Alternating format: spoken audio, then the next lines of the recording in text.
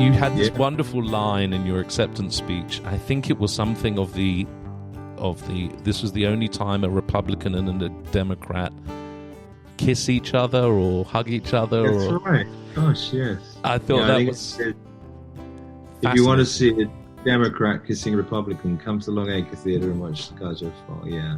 Well, he is a Republican, staggeringly and heartbreakingly so, because he is the most. There we were in a musical that, I mean, you talk about Sondheim, but this was truly changed people's lives, I think, and extremely political. And we kissed every night on stage, and before gay marriage was legalized, and it was, people cheered and roared, and I had letters every day from people who were coming out to their parents, and I mean, it was an extraordinarily moving and emotional piece to be in, and he was right at the center of it. And but he is a Republican, yes, staggeringly so, and I assume he's voting for Trump, which is sort of mind-boggling. But or maybe not. Maybe not. There's a lot who aren't.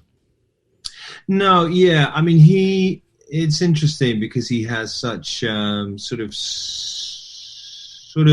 empathetic tendencies that I mean, yes, he's a big businessman. He owns all sorts of companies. I think he was earning $1 million an episode for Frasier, I don't know what he earned for Cheers and all the rest of it. But so he is, a businessman and an impresario and all those things. But he also looks out, I don't know, it just some of his sort of ideas about Islam was staggering to me and seemed out of character.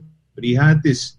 Do you know his story at all? He has a little bit extraordinary tragedy in his life.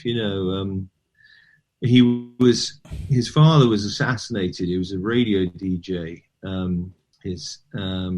So that was the first thing that happened to him. I don't think he was living with him at the time, but that was staggering. And then his sister, I think, was raped and murdered by two men in New York. And you could easily understand how someone believes in the death penalty, after that. And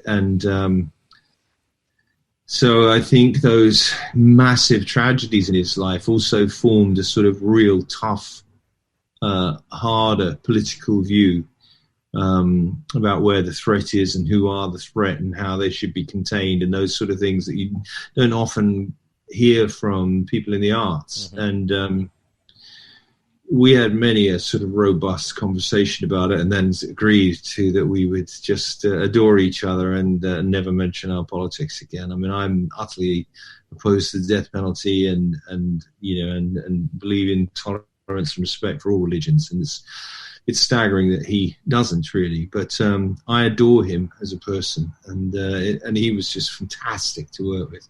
Most generous actor, and never sort of trying to claim the scene, never trying to upstage anyone.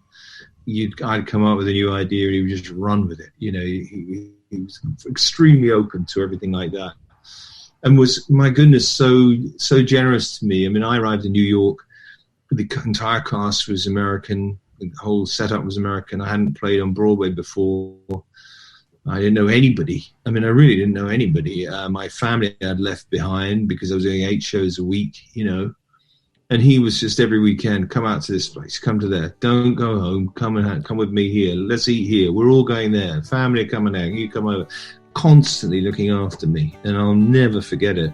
Even when we left, he sort of arranged for me to have a job in the TV that I then didn't managed to do because I'd been away from home for so long, and it was, there were various different circumstances, but he was fantastically friendly and paternal to me. It was just phenomenal, really.